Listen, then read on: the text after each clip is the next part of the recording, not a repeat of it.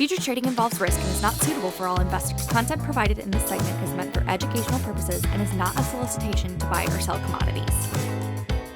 Hello, welcome to another edition of the Grain Feed brought to you by EverAg. This is your weekly news feed for all things grain and all things feed. Each week we bring you updates on the markets with unique perspectives from an amazing team of analysts with the intention of helping dairy and livestock producers manage the risk. I'm your host, Jim Matthews, reporting from the Chicago home office on what is a very nice little Wednesday afternoon. The sun is trying to come out here in Chicago after what was a rainy and cold start to the day.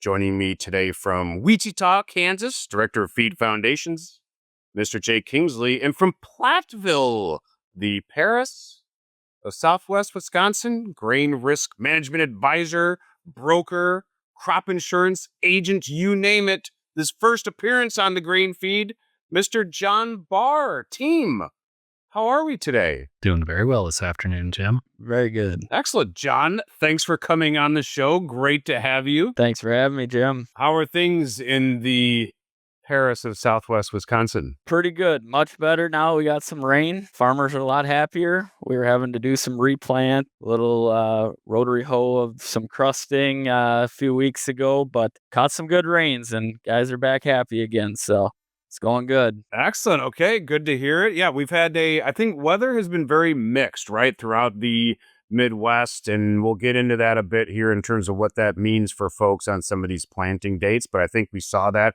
in the crop conditions report yesterday on Tuesday, delayed a day for Memorial Day holiday, but some varied numbers in terms of Iowa looks great, Minnesota as a state, not as much. Missouri, pretty good, right? It's got a lot to do with where it rained and when in terms of what impacts those ratings, but we will get to that in a moment. First page, if you would kindly timestamp the broadcast, it is Wednesday afternoon, just about 3:15 Chicago time on Wednesday. A quick look at today's settlements on the markets. We had July corn down 8.5%. down towards 451. It did test 450 on that old crop corn contract. Quite the move late in the day for July corn. We had December corn down 3 cents at 443.5.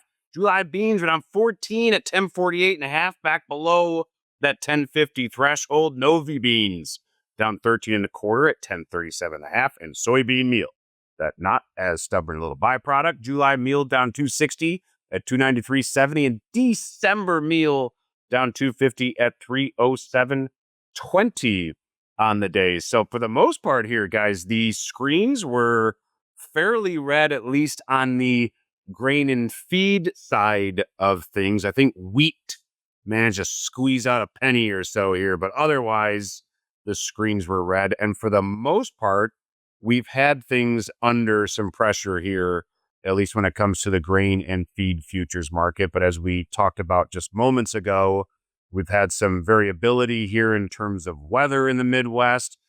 For the most part, the theme of this show and the markets have been, things have been pretty good. The planting pace has been pretty strong, and we're going to plant 95 million acres of corn.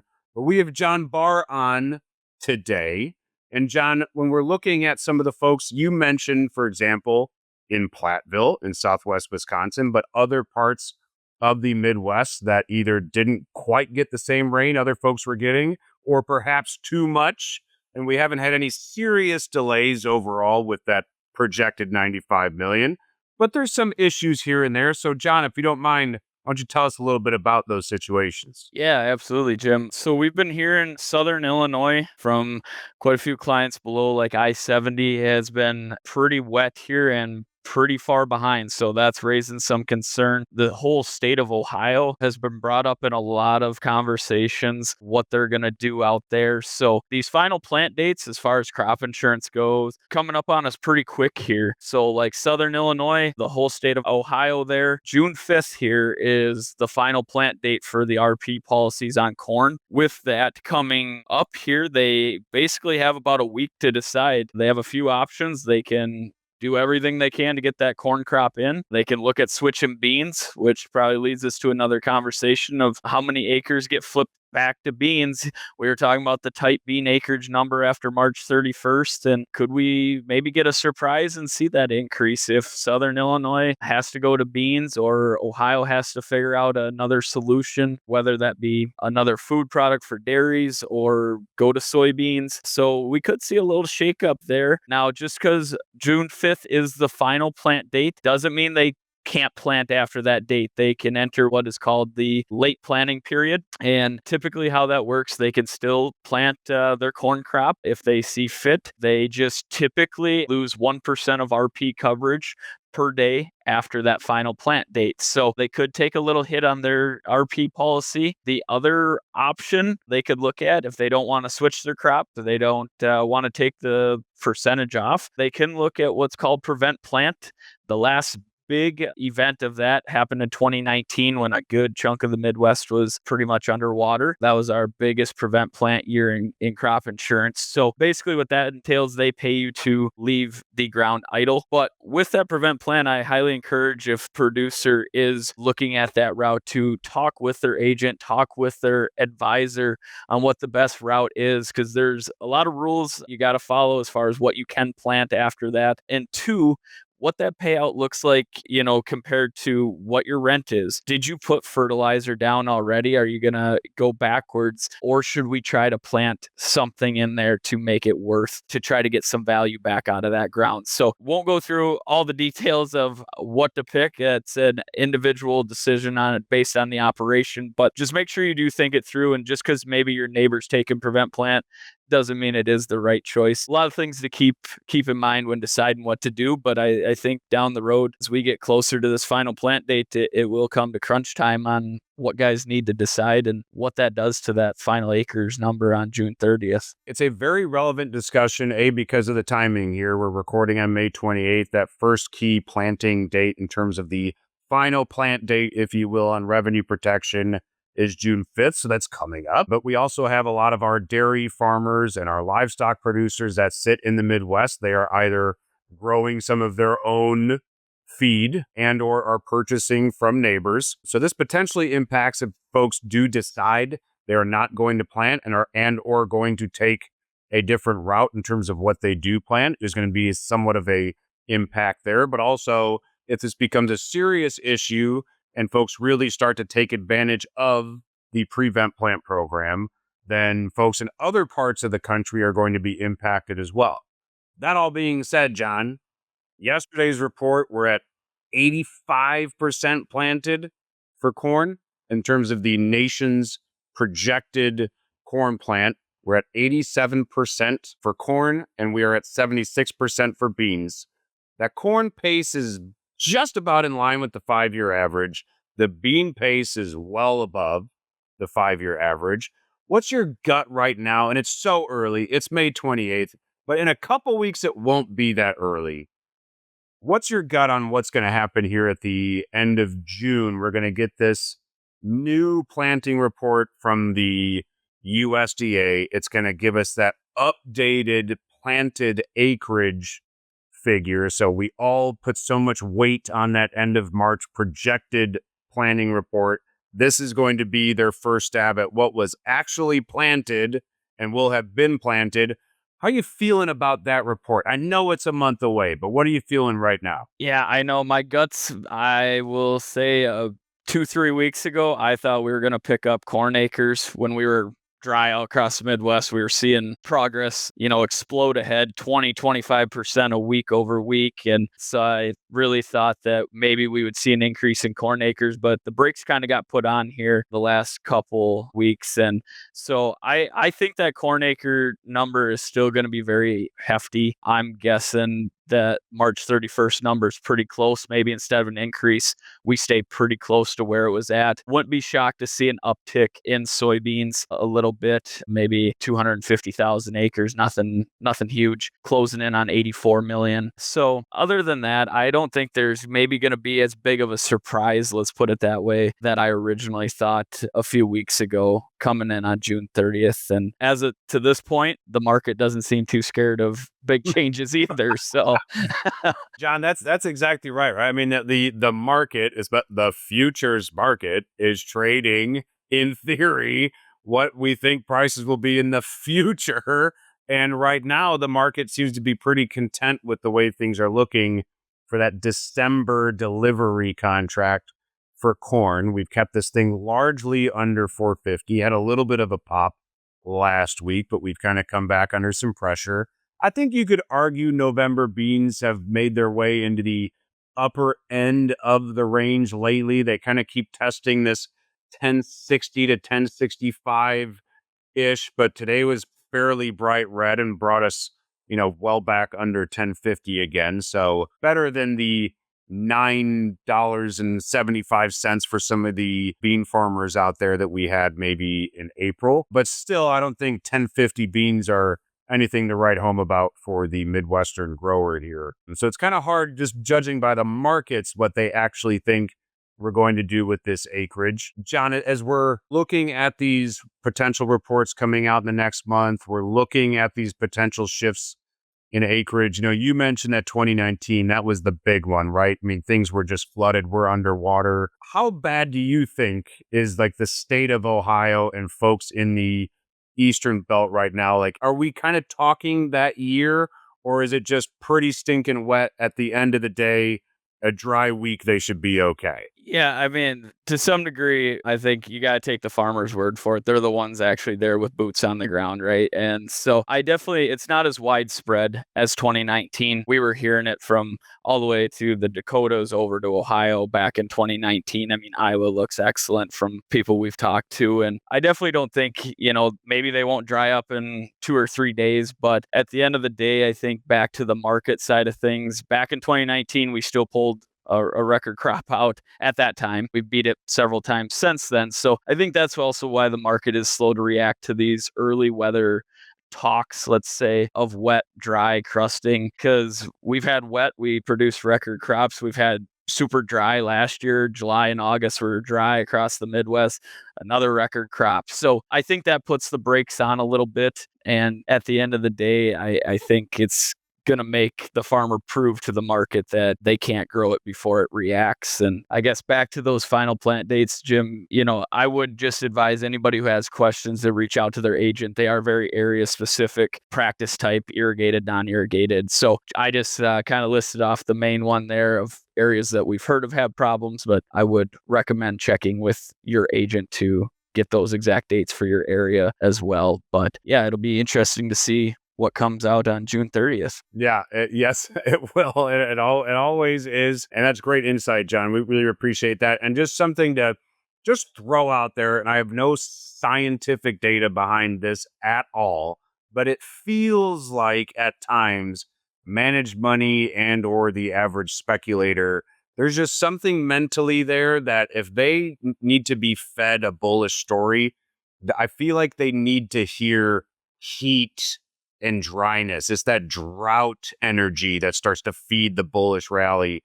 I feel like the average person that is not directly in the producer supply chain, they just hear rain and they say, hey, rain makes grain, rain makes grain. And it does, yeah, but not when there's too much of it or when you can't plan it. So I think for us in this, we know it's equally important to judge both sides of it. But I think sometimes as we look at these markets, I think those bulls need to be fed a little bit more with that drought story, and we just don't really have it at the moment. So just a little more anecdotal evidence than anything. But Jake, let's turn it to you now and talk about what this all means for the physical cash market. So what are you seeing with these updates that we've had over the last week or so? Yeah, I think we've been talking about it for a little while now, but feels like we're definitely into a more traditional weather market this year. There's a few headlines swirling around, but it seems even with those going, that's a little less chaotic than we've had in the past few, just given some moderately good balance sheet outlooks at the start of this crop season. So we've had some pretty good opportunity on the protein side of things. Soybean meal futures, of course, down around $300. It is always feels like a close to an easy button as far as buying goes. We've seen some basis numbers in most markets attractive enough to step in on a significant portion of next year's needs on both soy and canola and some of those other bypass proteins.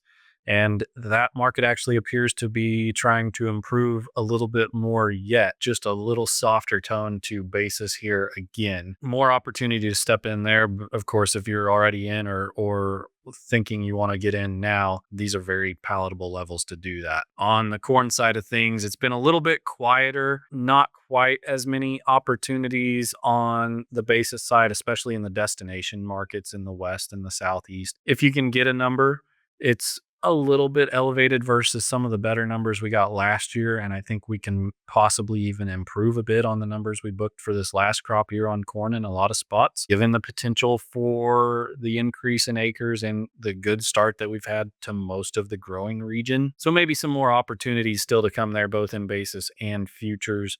And I think another part of that is that this rail market, at least early on, and it's hard to nail it down. I'm not going to say they're going to decrease rates, but they may not. They're at least posturing that they may not increase rates as much as they had the last couple of years and move back towards a little bit more of the standard dollar or so per ton rate increase. And also, they're not making a huge change in the number of shuttles that are available to move grain around the country this year, whereas last year we saw a pretty significant cut to those types of numbers. A little bit of stability in that market tends to help out basis a little for feed buyers in the long run too. And there's also the fact that a lot of this rain is feeding into the Mississippi River watershed, where the last couple of years with drought, they had some difficulties maintaining barge traffic, and that causes freight increases on the river and then push some product